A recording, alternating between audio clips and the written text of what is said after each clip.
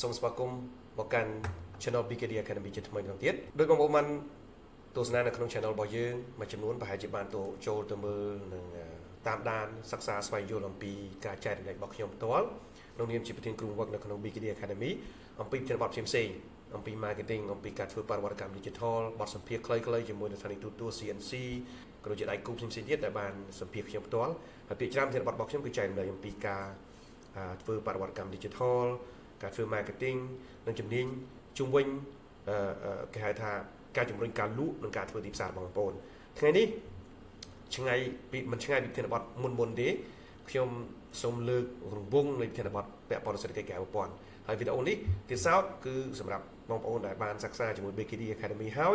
យក៏សម្រាប់បងប្អូននៅតាមបណ្ដាខេត្តដែលលោកបានកំពុងតែសិក្សាជាមួយក្រុមគ្រូបង្វឹកក៏ដូចជាក្រុមការងាររបស់ BKD Academy នៅតាមបណ្ដាខេត្តដែលជាដៃគូរបស់យើងបានកំពុងធ្វើបាទកុំភ្លេចចូល Subscribe ទៅ Channel របស់យើងហើយតាមដានប្រធានបទរបស់យើងថ្ងៃនេះខ្ញុំលើកប្រធានបទមួយអំពីអត្ថប្រយោជន៍ដែលសំខាន់របស់អ្នកសេដ្ឋកិច្ចក្រៅប្រព័ន្ធបាទតើយើងនិយាយពីសេដ្ឋកិច្ចក្រៅប្រព័ន្ធយមន័យបានដឹងហើយអញ្ចឹងឥឡូវចូលមកដល់អត្ថប្រយោជន៍វិញបាទតើមានអីខ្លះបាទខ្ញុំសូមទាញវីដេអូមកចំហៀងបន្តិចដើម្បីដាក់នៅខាងនេះជូនបងប្អូនខ្ញុំដាក់ទូចបន្តិចចុះបាទដូចបានឃើញស្រាប់ហើយខ្ញុំបានដាក់ចំណងជើងធំនៅទីនេះគឺអត្ថប្រយោជន៍កាន់តែទូលំទូលាយសម្រាប់អ្នកសេដ្ឋកិច្ចក្រៅប្រព័ន្ធហើយសូមបញ្ជាក់ថានេះមិនមែនខ្ញុំខ្លួនឯងជាអ្នកសរសេរអ្នករៀបចំអ្នកដាក់ទេ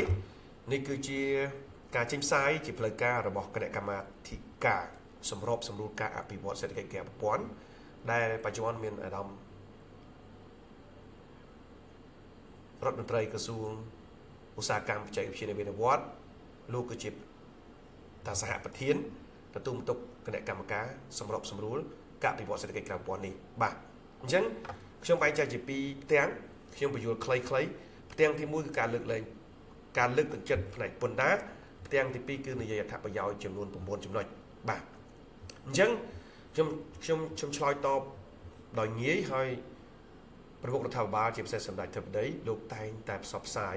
ជំរុញការផ្សព្វផ្សាយឲ្យលោកបានលើកឡើងក៏ដូចជាធ្លាប់បានថ្លែងនៅក្នុងសន្ទរកថាជាច្រើនឲ្យតែពាក់ព័ន្ធនឹងប្រធានបទអំពីសេដ្ឋកិច្ចក្រៅប្រព័ន្ធដើម្បីឲ្យអ្នកសេដ្ឋកិច្ចក្រៅប្រព័ន្ធយល់ថាការចុះឈ្មោះនៅក្នុងថ្នាលសេដ្ឋកិច្ចក្រៅប្រព័ន្ធដែលហៅកាត់ថា KMIE ពុំមែនជាការជំរុញឬក៏ការចាប់បងប្អូនដែលជាអ្នកសេដ្ឋកិច្ចក្រៅប្រព័ន្ធដើម្បីឲ្យបងពន្ធដារនោះទេសូមកុំឲ្យមានការយល់ច្រឡំហើយផ្នែកពន្ធដារលោកបានចេញផ្សាយដូចបានសេចក្តីផ្សាយខាងឆ្វេងដៃរបស់ខ្ញុំអញ្ចឹងការលើកទឹកចិត្តផ្នែកពន្ធដារដល់អ្នកសេដ្ឋកិច្ចក្រៅប្រព័ន្ធជាសហគ្រាសធុនមីក្រូធុនតូចនិងធុនមធ្យមដែលមិនទាន់ចុះបញ្ជីសម្រាប់ហើយពួកគាត់បានស្ម័គ្រចិត្តចុះបញ្ជីជាមួយនឹងក្រសួងពាក់ព័ន្ធជាពិសេសខាងពន្ធដារក៏ដូចជាស្ថាប័នផ្សេងៗទៀតបាទអញ្ចឹងជាក់ស្ដែងសម្រាប់ផលរបររីហៅថាផលចំណូលបងប្អូនទាំងអស់គ្នាផលរបរដុលឬក៏ចំណូលដុលប្រចាំឆ្នាំដែលមាន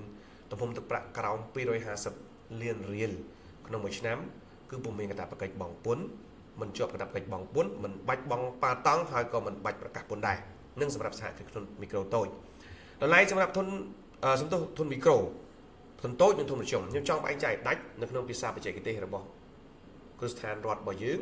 វាបែងចែកជាពីរមួយគេហៅថាសហគ្រាសធុនមីក្រូធុនតូចបាទហើយមានធុនមធ្យមធុនធំផ្សេងទៀតបាទអញ្ចឹងខ្ញុំមិនចង់ឲ្យបងប្អូនទាំងអស់គ្នាចាប់អារម្មណ៍ច្រើនពេកទេទៅលើធុនតូចធុនមធ្យមប៉ុន្តែសម្រាប់ធុនមីក្រូពាក្យថាមីក្រូនោះគឺតូចជាងគេ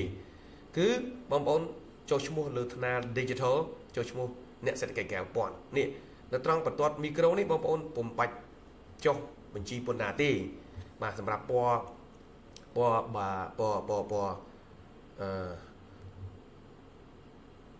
៌មួយនេះដែលខ្ញុំដាក់នៅក្នុងនេះបាទពណ៌ green ណាបងប្អូនណោះ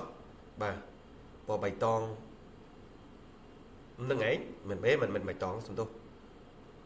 ពណ៌ខៀវបាទពណ៌ខៀវ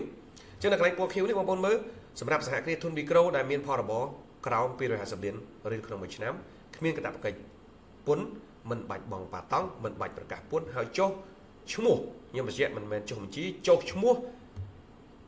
លើក្នុងថ្នាល digital សម្រាប់អ្នកសេដ្ឋកិច្ចក្រៅប្រព័ន្ធបាទអត់មានកាតព្វកិច្ចទាំងអស់ដោយឡែកសម្រាប់បងប្អូនដែលជាសហគ្រាសខ្នាតតូចនិងមធ្យម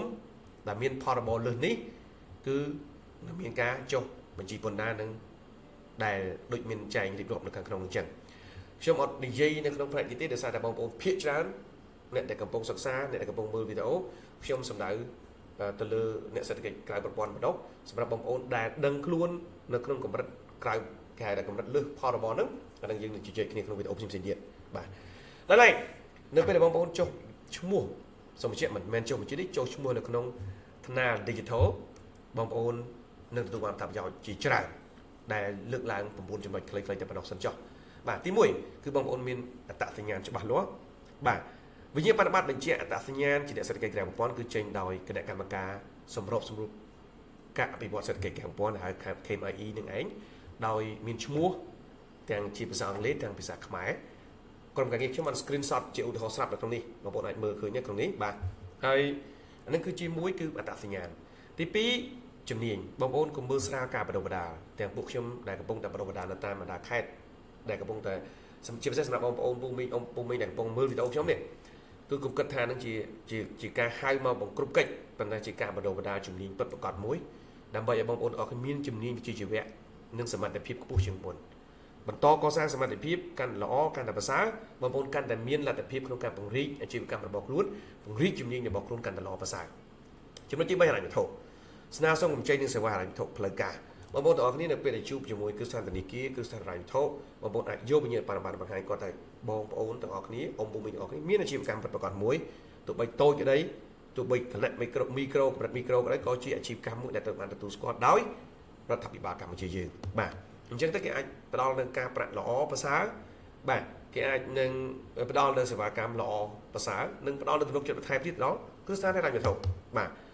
ទី4គឺពន្ធដារដោយបានរៀបរាប់ពីមុនអញ្ចឹងគឺផលរបរក្រោម250លានរៀលក្នុងមួយឆ្នាំគ្មានកាតព្វកិច្ចបង់ពន្ធមានកាតព្វកិច្ចពន្ធហើយនឹងទទួលបានការគ្រប់ពន្ធតែម្ដងរឿងទី4សំទោសរឿងទី5បងប្អូនកាន់វិញ្ញាបនបត្រសេដ្ឋកិច្ចក្រៅប្រព័ន្ធនេះទៅការិយាល័យបសសគ្រប់ទីកន្លែងដើម្បីធ្វើបានបសសឬខែថាចូលជាសមាជិកបសសដើម្បីជាពិសេសគឺសម្រាប់បុគ្គលស្វ័យនិយោជបុគ្គលដែលធ្វើការប្រកបរបររកស៊ីដោយខ្លួនឯងជាអ្នកលក់ដូរចិញ្ចឹមជីវិតដោយខ្លួនឯងនេះគេហៅបុគ្គលស្វ័យនិយោជនឹងឯងដូចខ្ញុំបានឲ្យនិយមន័យក្នុងវីដេអូមុនបាទទី6តិន័យបងប្អូនទាំងអស់គ្នារដ្ឋាភិបាលមានគោលដៅជួយជ្រោមជ្រែងខ្លាំងមែនទែនដល់អ្នកសេដ្ឋកិច្ចក្រៅប្រព័ន្ធពីព្រោះលោកដឹងថាអ្នកសេដ្ឋកិច្ចក្រៅប្រព័ន្ធលោកនឹងជួបនៅហានិភ័យខ្ពស់ប្រសិនណាបើសេដ្ឋកិច្ចជួបនៅវិបត្តិសេដ្ឋកិច្ចជួបបញ្ហាឬក៏ស្ថានភាពដូចកាលពីសម័យ COVID-19 អញ្ចឹងនៅពេលដែលអត់មានតិន័យលោកពិបាកក្នុងការជួយជ្រោមជ្រែងជួយផ្ដល់នៅការគ្រប់គ្រងទាំងថវិកាទាំងការបណ្ដុះបណ្ដាលទាំងជំនាញឬក៏ផ្ដល់នៅការគ្រប់គ្រងផ្សេងទៀតប៉ុន្តែពុំមាននៅក្នុងតិន័យអញ្ចឹងហើយការចុះបញ្ឈ្មោះនៅក្នុងថ្នាលសេដ្ឋកិច្ចក្រៅប្រព័ន្ធនេះវាផ្ដល់នៅលទ្ធភាពរដ្ឋាភិបាលនៅការរៀបចំគោលនយោបាយឬក៏រៀបចំការអន្តរាគមន៍ឬការជួយជ្រោមជ្រែងផ្សេងៗក្នុងស្ថានភាពមានវិបត្តិតែម្ដងបាទថែទាំសុខភាពបាទសម្រាប់គ្រួសារក្រីក្រនិងងាយរងគ្រោះក៏មានឱកាសក្នុងការទទួលបានកញ្ចប់ថែទាំសុខភាពដែរមិនមែនត្រឹមតែបសសទេបងប្អូនយើងគឺមានកញ្ចប់ដូចជាបានសមត្ថភាពអីផ្សេងៗទៀតដែលលោកបានបង្កើតឡើងគឺមានប្រយោជន៍មែនទែនទី8គឺជាលក្ខខណ្ឌដ៏ល្អប្រសើរដែលក្រុមហ៊ុន2គឺក្រុមហ៊ុន Manulife និងក្រុមហ៊ុន Philip Capital បានធ្វើការចុះអនុស្សាវរណៈយោគយល់គ្នាជាមួយនឹងគណៈកម្មការក្រុមអប់រំសម្របសម្រួលការប្រព័ន្ធសេដ្ឋកិច្ចក្រៅប្រព័ន្ធ KMI ហ្នឹងដើម្បីផ្ដល់ជូនទៅអ្នករ៉ាប់រងអាយុជីវិតដែលមានទំហំទឹកប្រាក់តាមខ្ញុំចាំគឺ1លានរៀលពី Manulife ហើយនឹងទៅអ្នករ៉ាប់រងលើទូចក្រយានយន្តលើតតិយជនបាទនឹងដុសបណ្ដាលទៅលើជំនាញហិរញ្ញវត្ថុពី Philip Capital ហើយការធានានឹងគឺចប់មិនតិចជាង$2,000ក្នុងមួយឆ្នាំទេហើយមួយករណីគឺរហូតដល់$1,000បាទនឹងសម្រាប់អត្ថប្រយោជន៍ពី Philip Capital ហើយបងប្អូនគាត់តែកាន់បានដែលវិញ្ញាបនបត្រនឹងទេទៅកាន់ការិយាល័យពួកគាត់គឺពួកគាត់នឹងធ្វើការចុះឈ្មោះដោយមិនមានការបង់ប្រាក់អ្វីទាំងអស់សម្រាប់ឆ្នាំទី1បាទទី9ជំនួយអាជីវកម្មជាការពិតមានបានជំនួយថវិកាសម្រាប់ដំណោះស្រាយ digital ស្តង់ដារអនាម័យម្ហូបអាហារនិងដំណោះស្រាយផ្សេងៗទៀតច្រើនមែនទែនដែលរាជរដ្ឋាភិបាលកម្ពុជាលោកបានផ្ដល់ជូនតាមរយៈដៃគូផ្សេងៗទៀតដូចជាមួយជាអវត្តជំនាញ SDF ដូចជាតេជោ Startup ដែលជាសេនាធិការរបស់ក្រសួងសេដ្ឋកិច្ចធ្វើការងារក្នុងការបណ្ដុះបណ្ដាលជួយជ្រោមជ្រែងដល់សហគ្រាសបាទជាមួយអាជីវកម្មនឹងគឺពិតសំខាន់ណាស់បងប្អូនយើងអញ្ចឹងនេះគឺ9ចំណុចប៉ុន្តែនៅមានអត្ថប្រយោជន៍ផ្សេងទៀតដែលលោក លោកស្រីអ៊ំប៊ូមីងបងប្អូនទាំងអស់គ្នាទទួលបានហើយអ្វីដែលខ្ញុំនិយាយនេះមិនមែនជាការបោកបាយឆោតមិនមែននិយាយជាភាសាដែលគេដើម្បីឲ្យទៅរួចពីមាត់ដើម្បីឲ្យបងប្អូនទាំងអស់គ្នាអញ្ជើញមករៀនបណ្ដុះបណ្ដាលនោះទេមិនមែនទេប៉ុន្តែគោលដៅគឺចង់ឲ្យដឹងថាប្រយោជន៍នឹងវាច្រើនពិតមែនប៉ុន្តែបើបងប្អូនអត់ចាប់យកទេវានឹងបាត់បង់ហើយសូមបញ្ជាក់ថានេះអត់មានពាក់ព័ន្ធនឹងនិន្នាការនយោបាយអ្វីទាំងអស់គឺជាការជួយជ្រោមជ្រែងដ៏ពិតប្រាកដពីការគ្រប់គ្រងពីសំណាក់រដ្ឋាភិបាលកម្ពុជាដែលសម្ដេចទេវលោកបានគិតគូរយ៉ាងខ្លាំងទៅដល់ការផ្ដល់ជូននូវអត្ថប្រយោជន៍ដ៏ពិតប្រាកដនិងពិតជាឆ្លើយតបនិងចាំបាច់សម្រាប់សេដ្ឋកិច្ចការប្រព័ន្ធរបស់យើង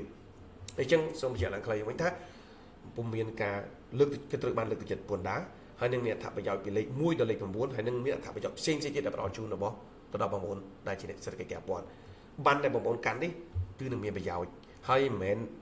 ជាពិសេសគឺការប្រដាមមិនមែនតាមរយៈកម្មវិធីរបស់ BKD Academy ទេបងប្អូនក៏អាចរៀនជាមួយនឹងគ្រូសាស្ត្រផ្សេងៗទៀតដែរបាទអញ្ចឹងខ្ញុំសូមបញ្ជាក់ច្បាស់ប៉ុណ្ណឹងហើយបើសិនជាមានចម្ងល់ផ្សេងៗបងប្អូនសូម scan Telegram នៅក្នុងវីដេអូនេះដើម្បីចូលទៅក្នុង channel របស់យើងដើម្បីសាកសួរព័ត៌មានផ្សេងៗដើម្បីឲ្យបងប្អូនទាំងអស់គ្នាអាចគេលោកមានចម្ងល់សំណួរផ្សេងៗទៀតខ្ញុំនិងក្រុមការងាររបស់ខ្ញុំពុំស្ទាក់ស្ទើរក្នុងការឆ្លើយឆ្លងផ្ដល់ជូនដល់បងប្អូនទាំងអស់គ្នានៅហើយសូមបញ្ជាក់ថាអ្នកសេដ្ឋកិច្ចការប្រព័ន្ធមិនមែនសម្រាប់តែអ្នកទីក្រុងភ្នំពេញទេឬក៏អ្នកទីក្រុងទីប្រជុំជនទេគឺសម្រាប់បងប្អូនទូទាំងប្រជាជាតិកម្ពុជាបាទអរគុណ